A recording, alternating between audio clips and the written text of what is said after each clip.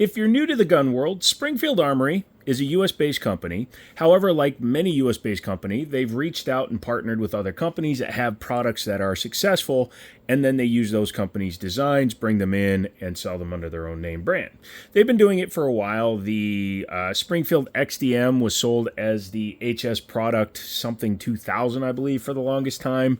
The Springfield Echelon is an HS product, bullpup rifle, and what we have in the box is actually an HS product. However, they decided to call it the exact same thing for both HS product and the United States. Apparently, if you're not in the same country, you want to have different names, but they decided finally to agree on calling this gun one name. I've looked at one before. I did a quick dive into it, did a quick video on it.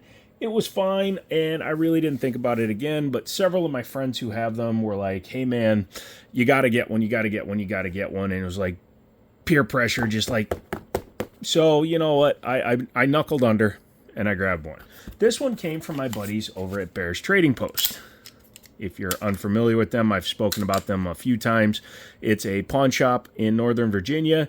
Decent people, great prices. I picked this one up. It was used, but it was barely used, and I saved quite a bit. So look them up, Bears Trading Post. I have a whole bunch of guns I'm making videos on that came from them, and I will definitely be sure to tell you whenever I deal with them. When you contact them, if you Google it, Winchester, Virginia, Bears Trading Post, just tell them Joe from the Jimmini show sent you so that they know that we are working together. But yeah, as you can see, this is Springfield's entry into the modern day semi-automatic firearm. You'll have to forgive me. I'm going to take the light off for this video. This was from a company called Warrior Land, who's owned by a parent company called Gun and Flower, and I do like these lights, and hopefully we can reach an agreement on doing some more videos with their stuff. But yeah, the overall profile of the gun is very modern. As you can see, its optics cut right out of the box. You can get them with threaded barrels. This one is not. But it's got a more modern design, heavy slide serrations, making it easy for both front, rear grab. It's got the little earlets, kind of like HKs have. It is fully ambidextrous right out of the box, so you have right and left eject for the magazine, right and left slide lock. The only thing that is not ambidextrous is the takedown, and let's face it, does it have to be? Hell no, does not. It has a full pick rail. As you saw, it had a light on there. You put a bazooka, a small child holding a tactical banana, whatever you want. I threw a Burris Fastfire C on here for a reason we'll talk about a little bit later. This one has one of the 4 different styles of sights you can get. So it has the super high vis front sight with tritium and a simple U-design rear. Springfield does this on a lot of their guns. I normally black that out, but I wanted to leave it stock for the video. Again, the Burris Fastfire C on top. Even though this is technically a smaller optic, you can see there, it fits with the width of the gun very well, so I'm fine with it, and the window is plenty big enough, especially with these sights, can co-witness with that optic. Chambered in 9mm, comes with 3 mags out of the box. This is a 17-round mag. It has 2 extended base pads, as well as comes with 2 new mag followers or spring followers so that you can actually run them correctly, and then 2 of the mags are flush fit. So 17 rounders, so it's Glock 17 sized. Feels so much better in the hand. Come on now. Does not have an external manual safety. It does have a trigger safety, as you can see there, a little blade safety in there. Doesn't go boom unless that works. The texturing on this gun is actually, for out of the box, phenomenal. Almost getting up there with like Smith & Wesson M&P style stuff. So you have a nice sand texture here all the way around it. You have some texturing up here, which is where almost all frickin' stock OEM manufacturers are just dropping the ball. The 320, unless you get the X5, is completely plain here. All of them are very smooth. It even has texturing on the takedown lever, and you have memory spots that are actually proud of the gun. So these are actually ledges that you can use as well. They even stippled the underside of the trigger guard, the front of the trigger guard, and the front of the plug for some reason. That's a little bit bizarre. But yeah, the overall feel, look at that. They even did the friggin' mag release. Amazing. Inside the box, the gun comes in a soft case like pretty much every Springfield does these days. You get a branded gun lock, good for you Springfield. You get a little QR code so you can get a digital manual. Test firing paper. This one was done, it doesn't have a date on it, or unless part of that writing is, but at 10 meters, so 30 feet. It's pretty good accuracy. It comes with a plate, which was already on the gun that I took off, and I kept the screws, obviously. It comes with extra screws and extra pins for the plates, and it even actually has extra back straps. I have the smallest one on the gun right now, but you get 3 in total. So very, very well thought out package. It even comes with a, well, laughingly called speed loader. Get an Uplula. They're like 35 bucks, and they're way better than anything the factory produces. Let's go ahead and slide all that over there. Mags are completely drop free.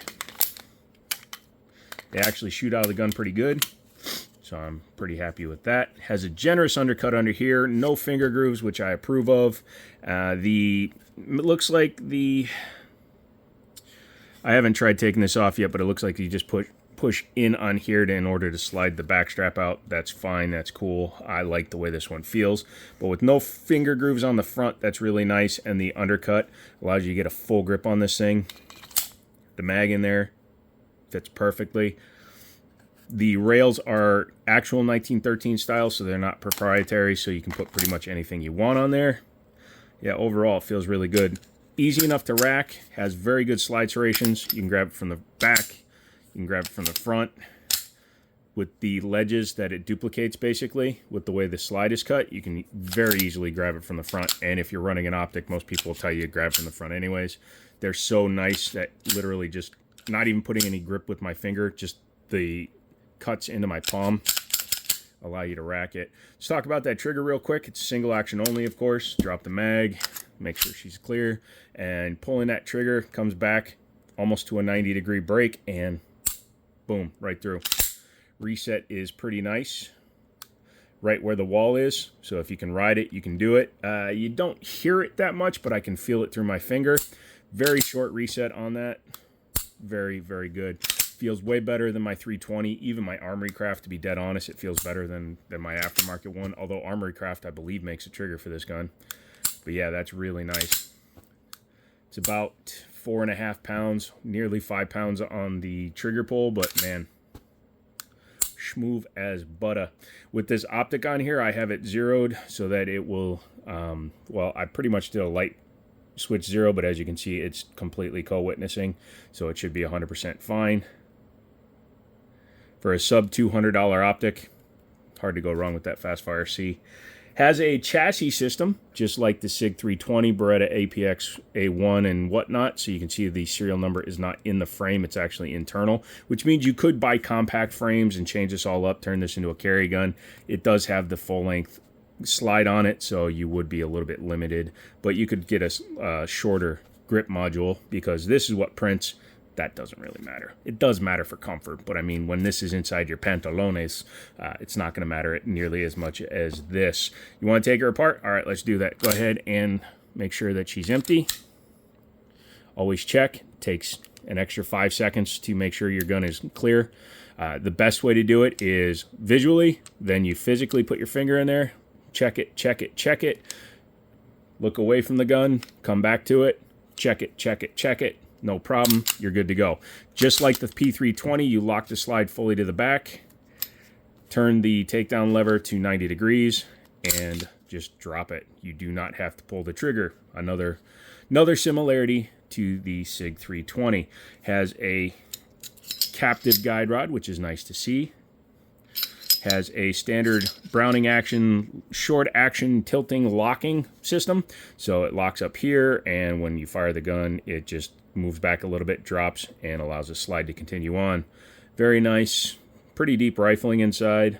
Again, this gun has been shot a little bit, but I don't think it's been shot too much. Looking inside, you have your standard drop safety right there, firing pin block, whatever you'd like to call it. Does have a number engraved in there. Is that... Ooh, my eyes are so bad. But yeah, it does have some marks in there. You can see that's where the spring goes in. So the spring goes into a separate cup, so it's not in like any sort of interaction with the barrel. I actually haven't seen that before.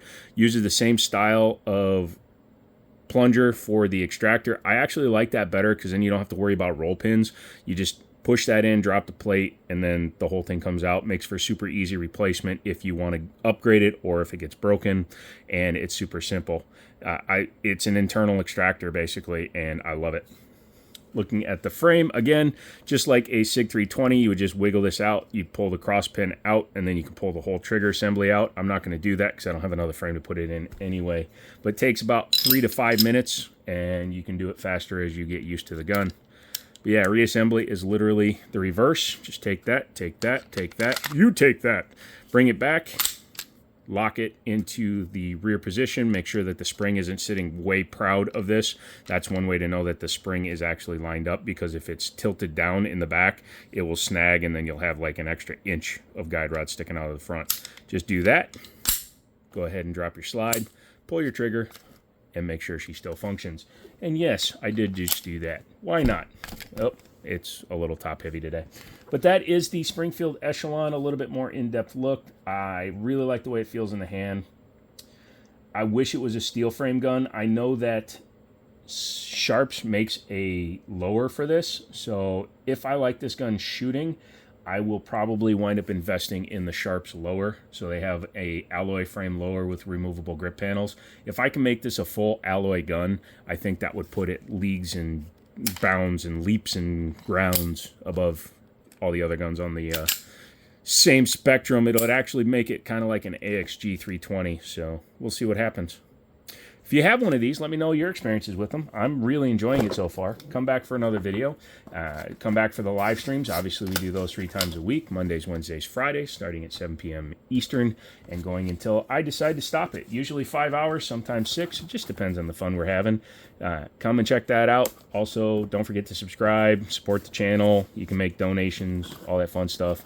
Do all that, come back later, and as always, I'll talk to you later.